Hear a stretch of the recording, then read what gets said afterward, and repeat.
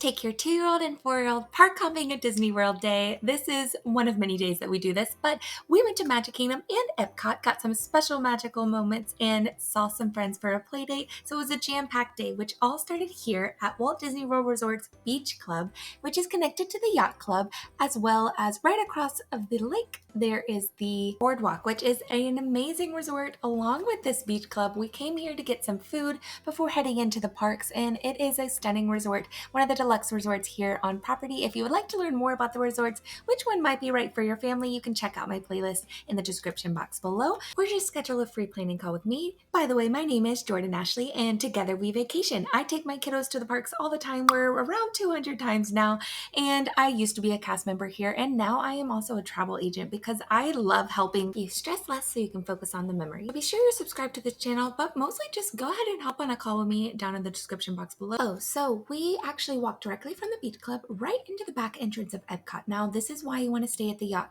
and Beach Club, or if you want to stay at the Boardwalk, or maybe one of the Skyliner resorts, you get easy access to the back of EPCOT, which gives you a lot quicker lines in some cases, and it's just so convenient.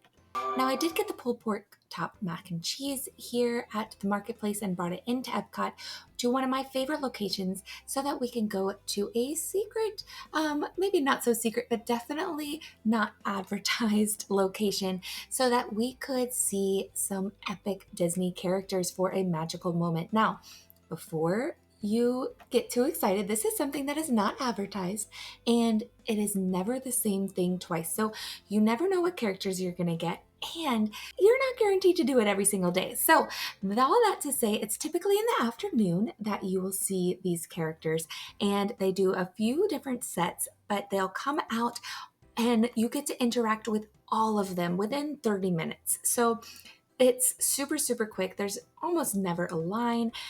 If you are lucky enough to get this interaction, this magical moment happen, again, you will not get this guaranteed. Now, if you would like to come and see these characters, or at least increase your chance of letting this happen, if they're doing it that day, it is again typically in the afternoon, at least from my experience. Again, 10 years of experience in Mickey's backyard here, and again, former cast member. See them in the afternoon, right between America Pavilion and the Italy Pavilion. There's this little pathway that we like to meet them.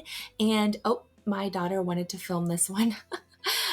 So I'm at Launchpad.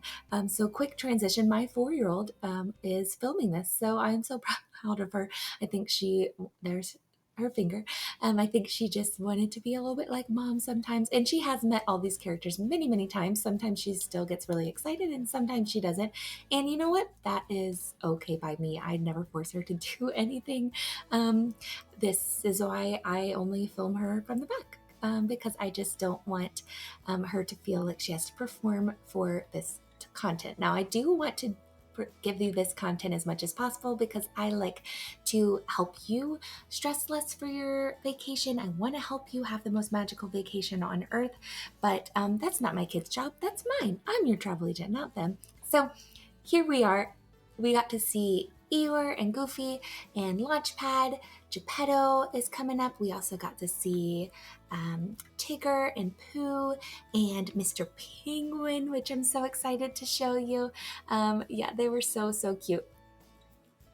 Who is your favorite of these? Would you want to see anyone different? Sometimes I see Mickey and Minnie together, which is really fun. I would love to know down in the comments below.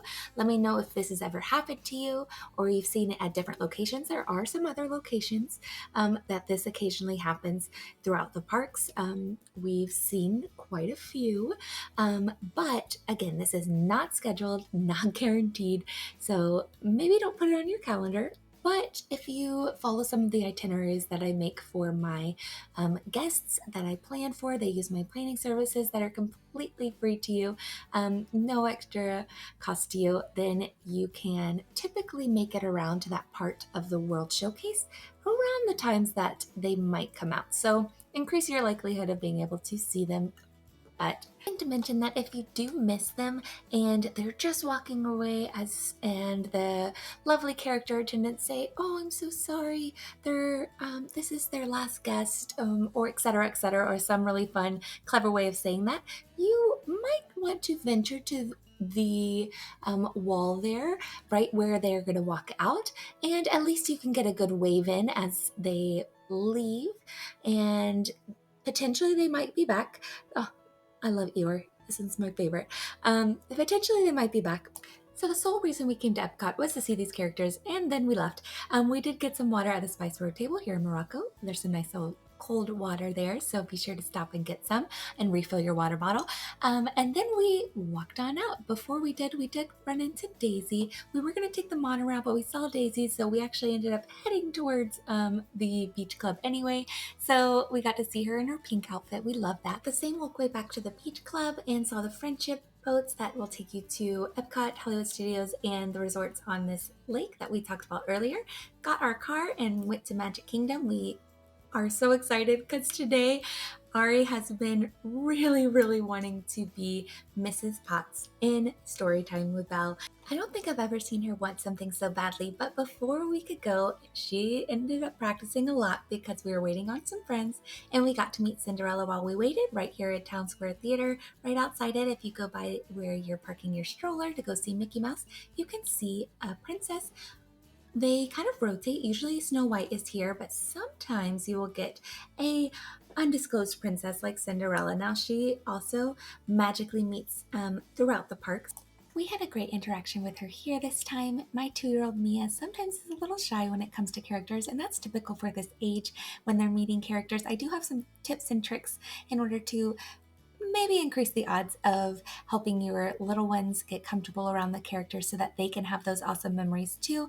But moving on, we did meet up with our friends so that we can go to Storytime with Belle. We continued to hop all the way there. We absolutely love Storytime with Belle. It is one of our absolute favorite attractions. It's very interactive. The kids get to engage in the story and, of course, see Belle and get a picture with her afterwards. I ended up getting cast as well as my friend as the soldiers, so we didn't get to get good video of the kids being in the show, but that's okay. She really enjoyed it. They got cast as Chip and Mrs. Potts and hopped their way through the entire show. I do have lots of tips and tricks for this show.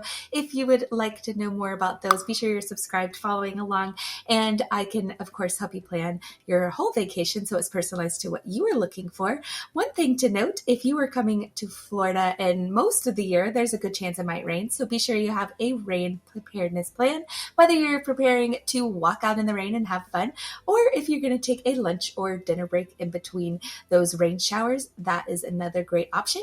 Now, Mia got to ride the Barnstormer for the very first time, and all she could say was, "This is fun, this is fun, this is fun," and she wanted to keep riding it over and over again, so that was an amazing experience. But I would say it was tricky because we had 3 moms and 6 kids, and if your kid is not over 7, they have to ride with an adult. So we had to finagle the situation so that we could all ride with each of the kids individually. But it was totally worth it. We decided not to stay for the fireworks tonight and to view it from an alternate location, and we got to interact with this amazing cast member who gave us some stickers for the monorail, which I didn't even know existed. There are some cool transportation trading cards, among other things that you can get when exploring the different transportation options here at Disney, but this was new for me. Let me know in the comments if you would like some alternate locations for how to view the Magic Kingdom fireworks.